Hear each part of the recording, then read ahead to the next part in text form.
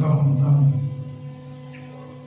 Graças a Deus, saudamos o povo de Deus com a gloriosa paz do Senhor. Vamos louvar a Deus em 205 da nossa. A graça de Deus revelada em Cristo Jesus, meu Senhor, ao mundo perdido é dada por Deus de infinito favor. Graça, a mim basta a graça de Deus, Jesus. Graça, a graça eu achei em Jesus. A graça de Deus é mais doce do que bem terrestres aqui.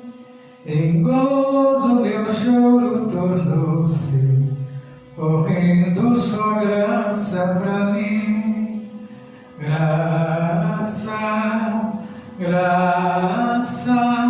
a mim basta a graça de Deus, Jesus.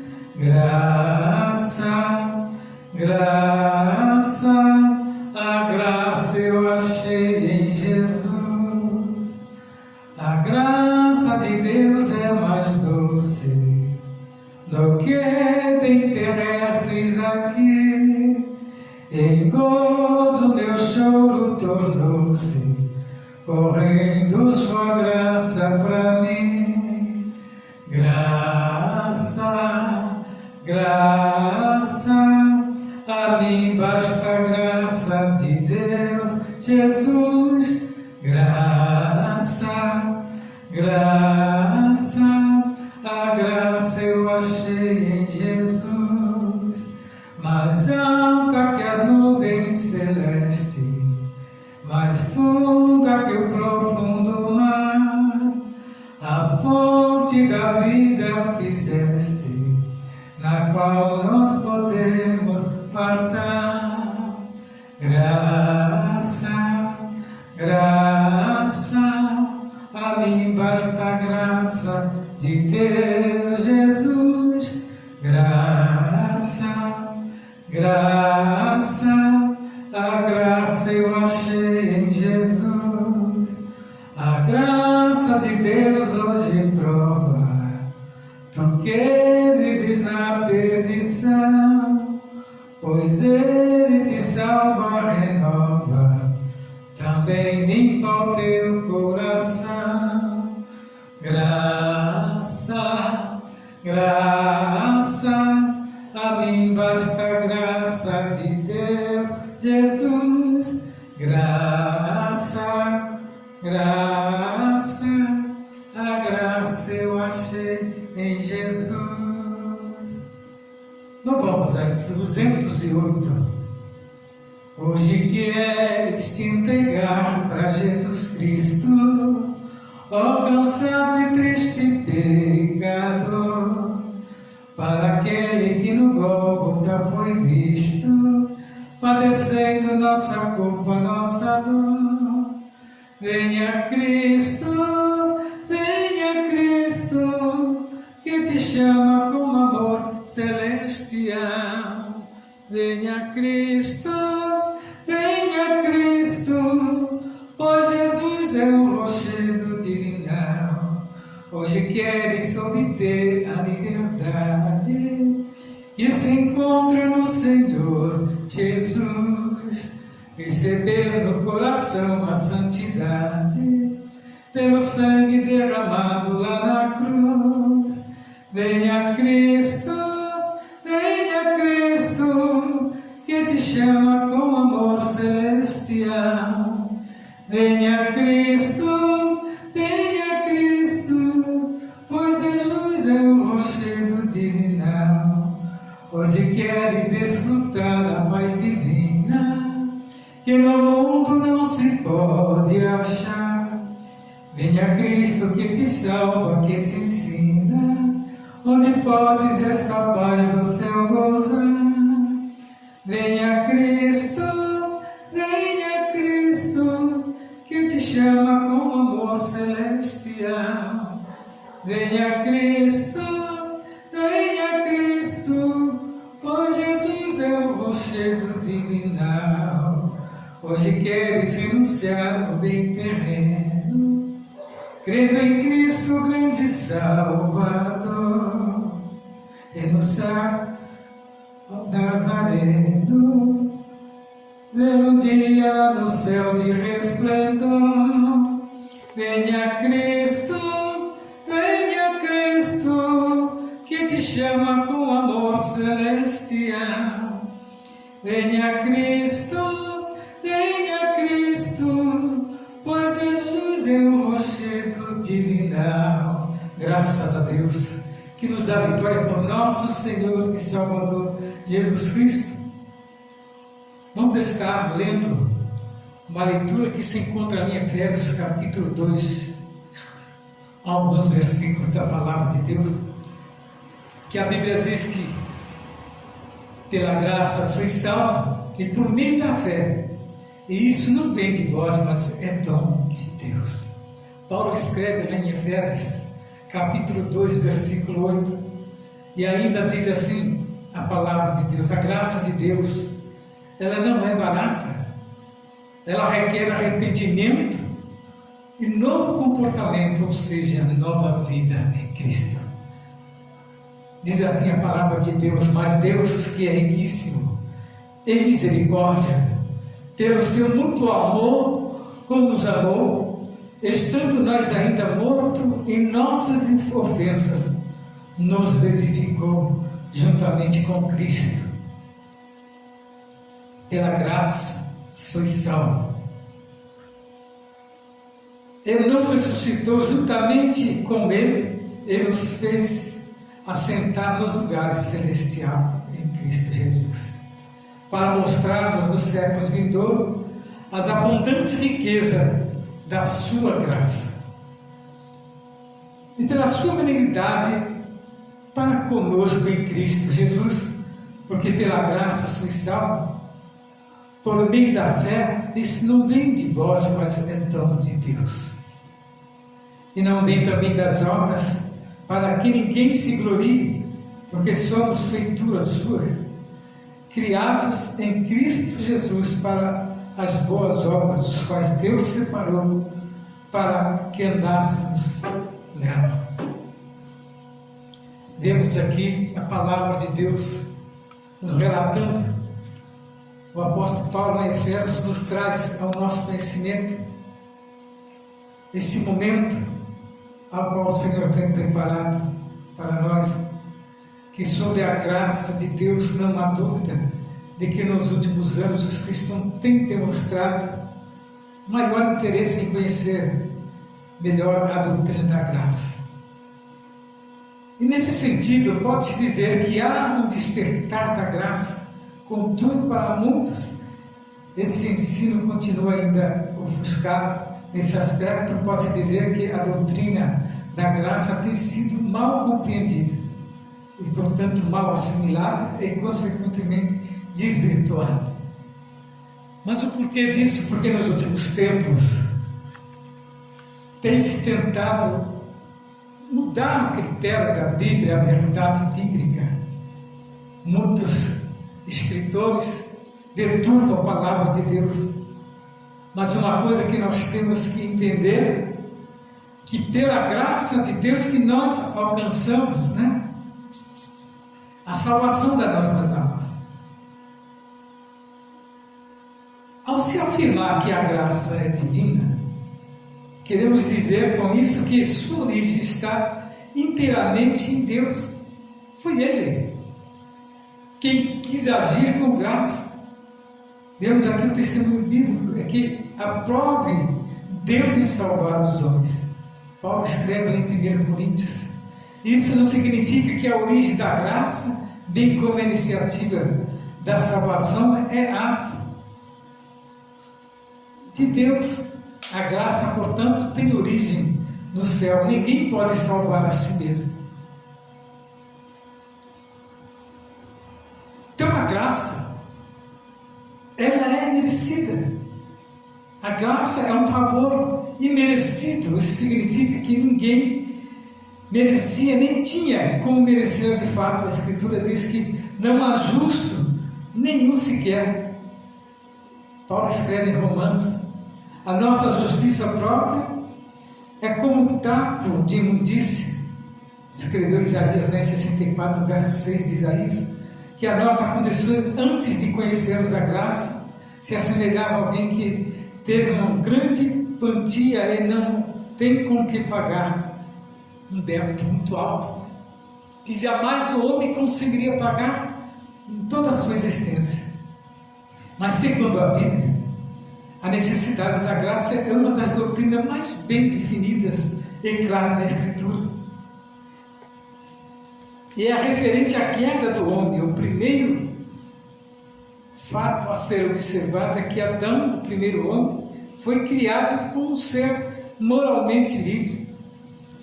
Podemos escolher o que fazer. A Escritura diz que Adão foi tentado, mas não coagido a pecar. É isso mesmo. Pecou por vontade própria, quando quis experimentar daquele fruto ao qual Deus tinha proibido. Mas, não coagido a pecar, Deus o responsabilizou por sua desobediência. Primeiro homem, portanto, de forma livre e voluntária, desobedeceu e pecou. Paulo escreve lá em Romanos 5 e 12, parte A. O segundo fato é que a queda do homem produziu consequência tanto para ele como para toda a posteridade. Adão era o cabeça da raça e, como tal, todos os outros estavam sob os seus domos. Ninguém, portanto, ficou fora da esfera do pecado. Tendo caído no pecado, o homem não podia por si só se libertar.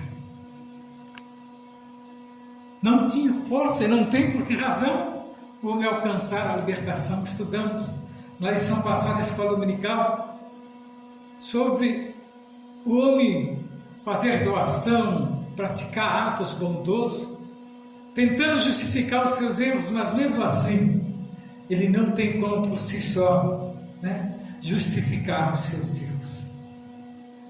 Uma das consequências advinda da queda foi a necessidade da satisfação da justiça divina.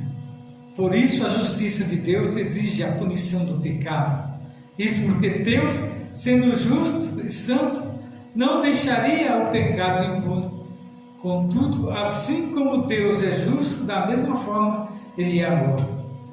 Isso é denominado pelos teólogos como a doutrina do duplo amor de Deus. O amor de Deus, a justiça, e o amor de Deus, a humanidade. Se por um lado a justiça divina exige punição do pecado, por outro lado o amor de Deus pela humanidade levou a provar a sua cruz. Então vemos que a extensão da graça que as Escrituras afirmam, que Deus quer salvar a todos. 1 Timóteo nos diz, 1 Timóteo 2 e 4, Deus ama a todos os homens. Logo, o mais vil pecador no lugar onde estiver é amado por Deus. Por isso deve ser alcançado o alcoólatra, o adúltero, o homicida, etc. Todos serão aceitos por Deus se receberem a graça divina. Cristo Jesus é esta graça, e ela é extensiva a todos os homens, e ela é universal. Contudo, esta graça não é universalista, mas universal. Uma coisa não tem relação com outra. Então a graça, no contexto da reforma, ela nos diz assim, que a corrupção da doutrina da graça, no contexto da reforma protestante do século XVI, é muito diversificada. Contudo, é possível identificar alguns fatores que contribuíram para o surgimento da reforma. O catolicismo perdia influência e por isso surgiu uma reação contra os líderes religiosos por conta do seu baixo nível moral.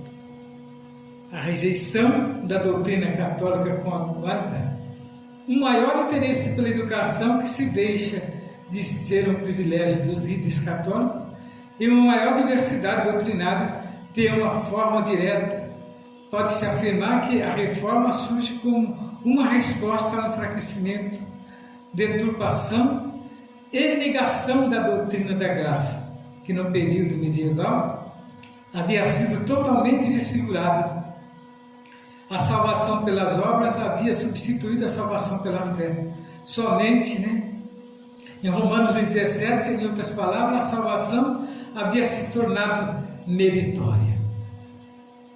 Então o homem podia praticar o que bem queria antes da reforma, e ia lá, pagava uma indulgência diante dos líderes da igreja na época, e pronto, e alcançava o perdão dos seus pecados. Bom assim, erra, depois vou lá, pago e consigo meu lugarzinho no céu.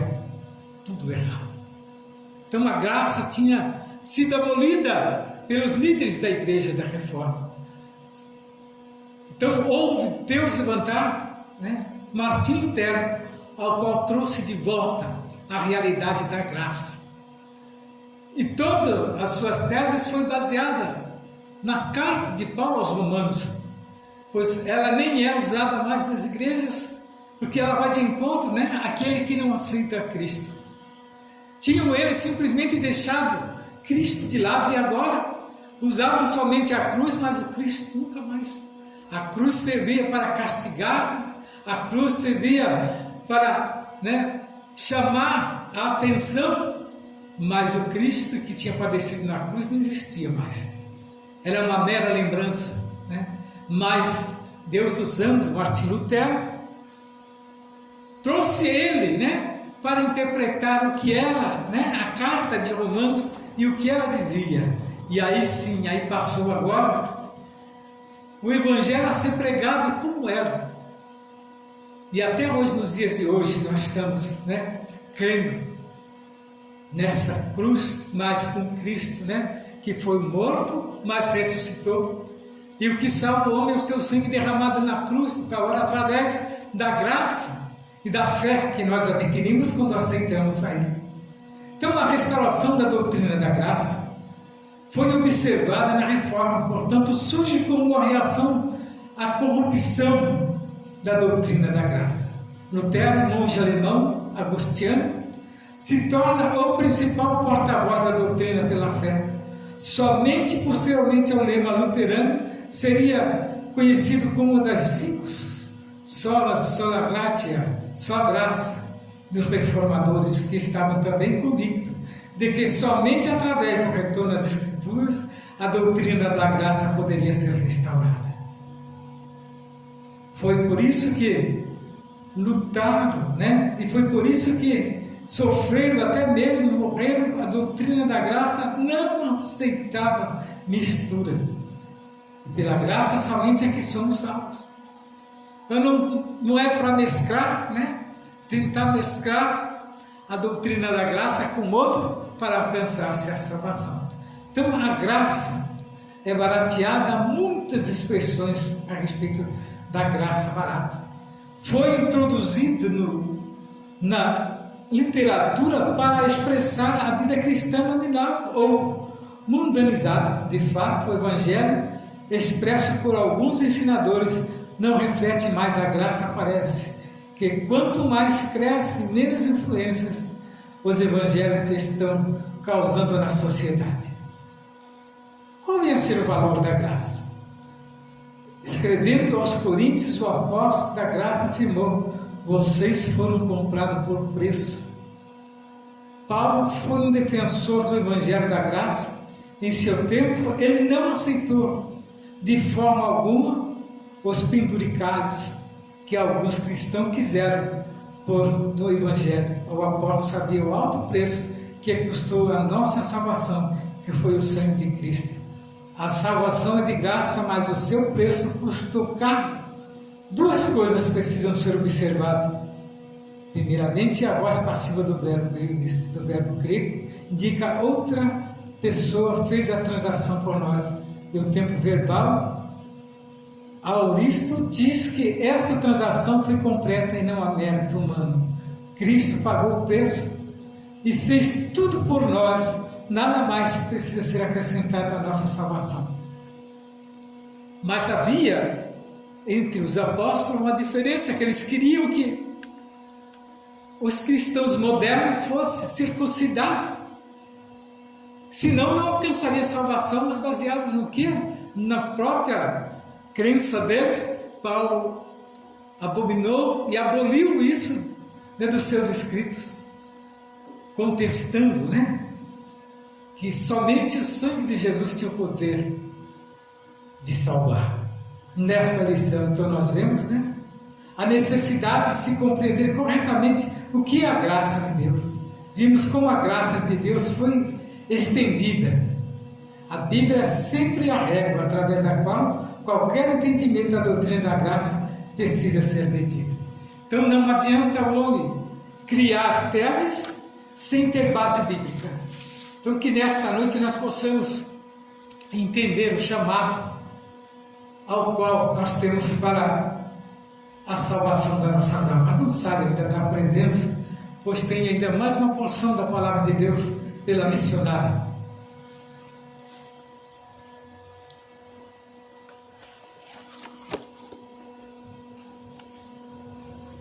Eu saúdo a igreja com a paz do Senhor. Para nós é motivo de alegria de estarmos diante da presença desse Deus tão poderoso que tem nos abençoado. Eu quero também louvar um louvor em gratidão a esse Deus por nos dar um dia de vitória. Tem descanso encontrado em Jesus Cristo, permanece pela graça que Ele deu. Tens tu paz com teu Salvador bendito, plenitude do Espírito de Deus. Tem descanso encontrado em Jesus Cristo, permanece pela graça que Ele deu. Plena paz, consolação, acharás na oração. Deus aí vitória aos santos concedeu. Estarás bem seguro e corajoso quando a tentação chegaste para ti. Tens a graça para ser vitorioso nas terríveis provações da vida aqui. Tem descanso encontrado em Jesus Cristo, permanece pela graça que Ele deu. Plena paz, consolação, acharás na oração. Deus aí vitória aos santos concedeu. Só em Cristo encontrará descanso, que ninguém aqui jamais irá tirar. Com Jesus tu has de aprender a ser manso, e sua glória em ti no mundo admirar. Tem descanso encontrado em Jesus Cristo, permanece pela graça que Ele deu. Plena paz, consolação, acharás na oração. Deus aí vitória aos santos concedeu. É por isso que nós encontramos vitória, porque estamos assegurados num Jesus Cristo que tem todo o poder e toda a autoridade para fazer tudo mediante a nossa necessidade. Deus, Ele faz acontecer o imprevisível. Nós vemos em passagens bíblicas, nós vamos aprender como Deus opera de forma imprescindível, somente para dar vitória a um servo seu. Deus faz acontecer onde não pode acontecer. Deus faz acontecer com quem não pode acontecer. E Deus usa quem nós nem imaginamos que Ele usaria. Eu fico meditando aquela passagem bíblica, a qual Deus mandou o profeta Elias para ele ser sustentado por uma viúva, uma mulher que tinha só um pouco de farinha e um pouco de azeite, né? E ali, através da vida do profeta, Deus foi operando milagre na vida daquela mulher.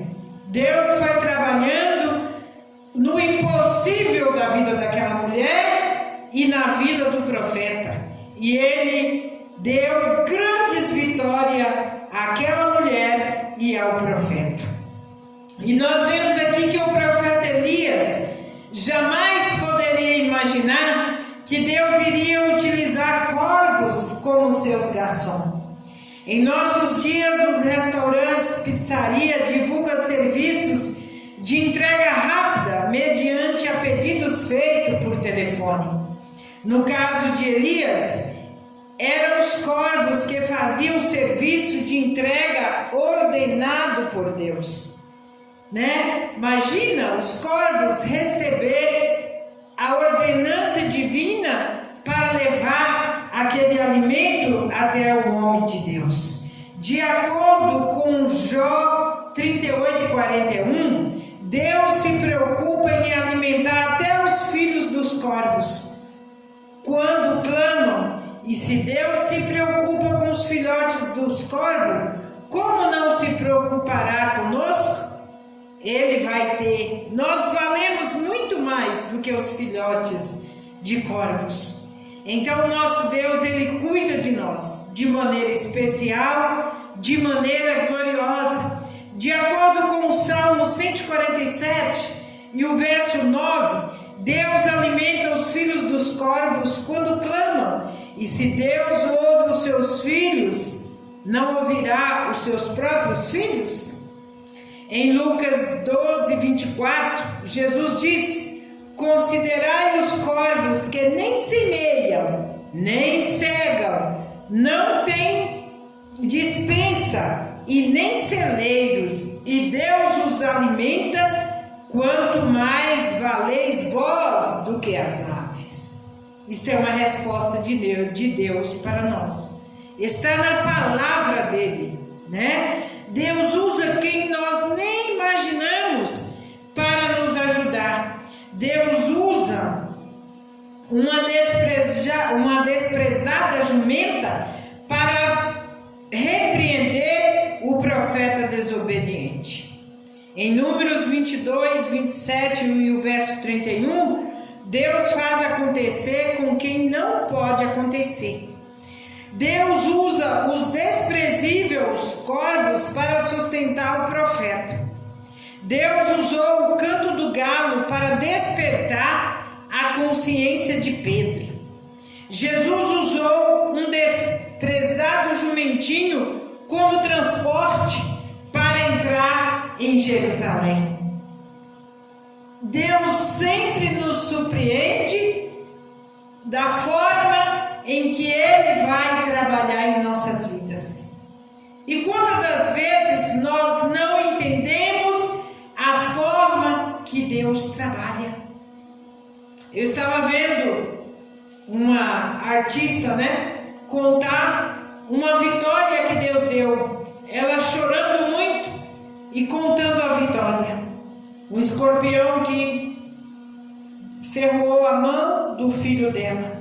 No que eles puxaram o escorpião, o ferrão ficou, mas Deus não permitiu o veneno penetrar ali na corrente sanguínea daquela criança. Esse é o Deus que faz milagre. Esse é o Deus que faz maravilha.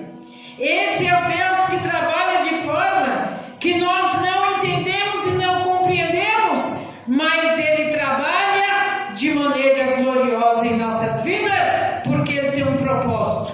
Ele quer nos usar de uma forma para testemunhar aquilo que Ele somente instrumento utilizado nas mãos dele. O profeta foi um instrumento, a viúva foi um instrumento, os corvos foram um instrumento, a jumentinha foi uma instrumenta para Jesus entrar em Jerusalém e para repreender o profeta.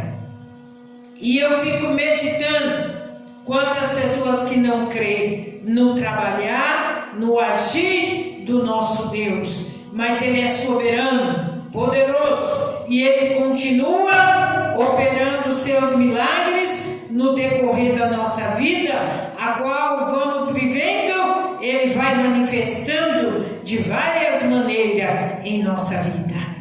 Para concluirmos esta palavra, às vezes a forma de Deus agir confunde a lógica humana. Deus, Ele usa as coisas loucas para confundir as sábias. Ele usa as coisas fracas para confundir as fortes. Ele usa as coisas vis e desprezíveis para confundir as aprazíveis. Ele usa as coisas que não são para confundir as que são.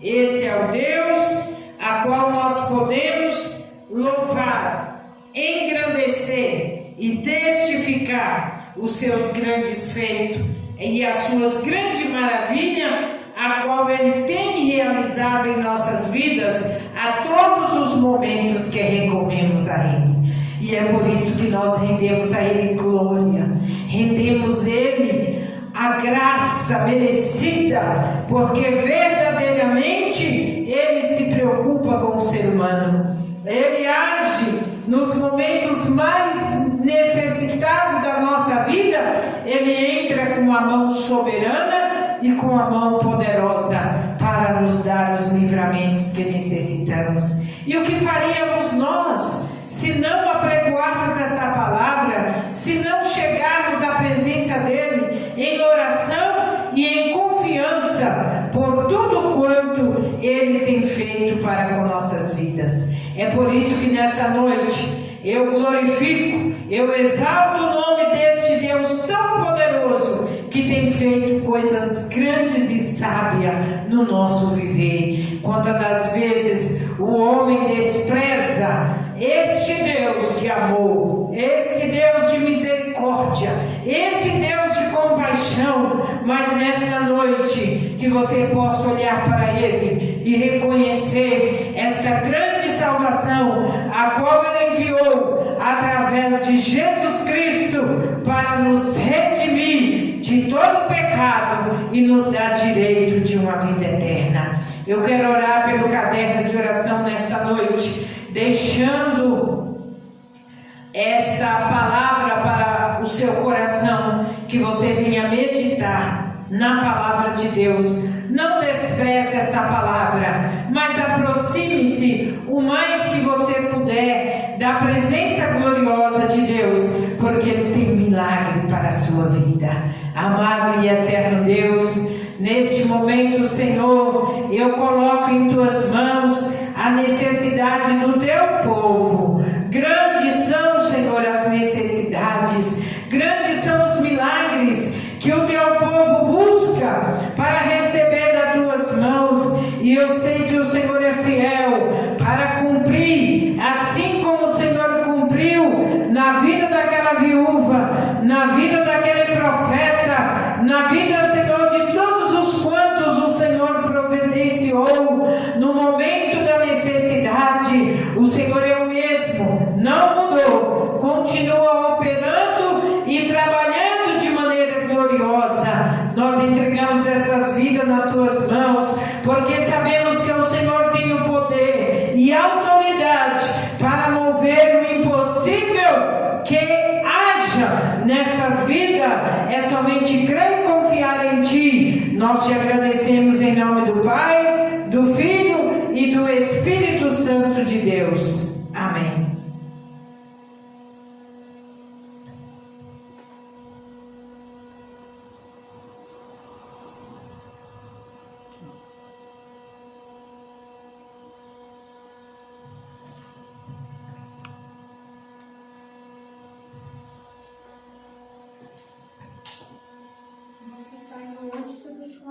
ligada.